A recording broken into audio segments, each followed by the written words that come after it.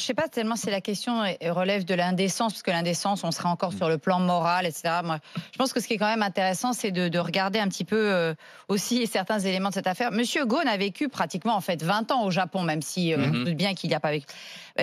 Pendant 20 ans, le système judiciaire japonais, ça l'a pas du tout intéressé, ce monsieur. C'est-à-dire qu'à partir du moment où ça l'a concerné, alors là, il a trouvé que c'était un pays injuste. Enfin, il nous a quasiment décrit une prise d'otage. Moi, à un moment donné, honnêtement, quand j'ai entendu le début de la conférence de presse où Carlos Ghosn parlait de son incarcération, de ses conditions d'incarcération, qui certes ont été compliquées pendant quelques jours, quelques semaines, mais enfin après, il a été en liberté surveillée. Moi, j'ai d'abord pensé, ça vous paraît peut-être anachronique, mais moi, j'ai plutôt pensé à Sophie Petronin.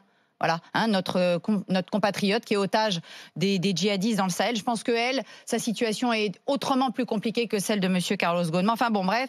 Vous savez, quand vous avez un litige, vous avez épousé un Japonais, vous avez épousé une Japonaise, vous divorcez. Vous êtes français, vous divorcez. La garde des enfants, en général, elle est octroyée uniquement à un seul parent au Japon. Vous avez énormément de Français aujourd'hui qui sont en litige extrêmement compliqué, qui ne voient plus leurs enfants.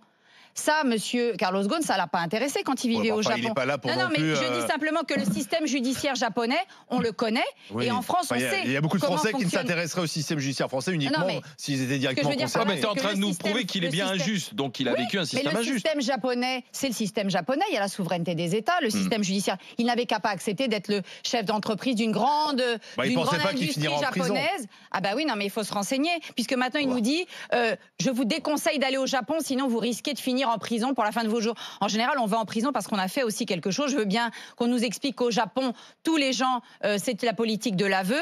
Il n'empêche que même si effectivement, il y a dû avoir certainement une manipulation politique, j'aime pas le mot complot, pour se débarrasser de monsieur Ghosn parce que Nissan et l'État japonais ne voulaient pas d'une fusion avec Renault. Néanmoins, ça ne veut pas dire que M. Ghosn n'a pas commis un certain nombre de délits. C'est le procès qui doit le déterminer. Ben voilà. Non, mais sauf que la conférence de presse hier, si sur la base d'une collusion, c'est quand même un problème. Difficile de défendre la justice, du coup. Non, mais la vraie question, c'est est-ce que M. Carlos Ghosn a des choses à se reprocher, et notamment aussi vis-à-vis de la justice française. Ça reste à éclaircir. J'espère bien qu'il y aura la levée de la notice rouge pour qu'il vienne s'expliquer en France.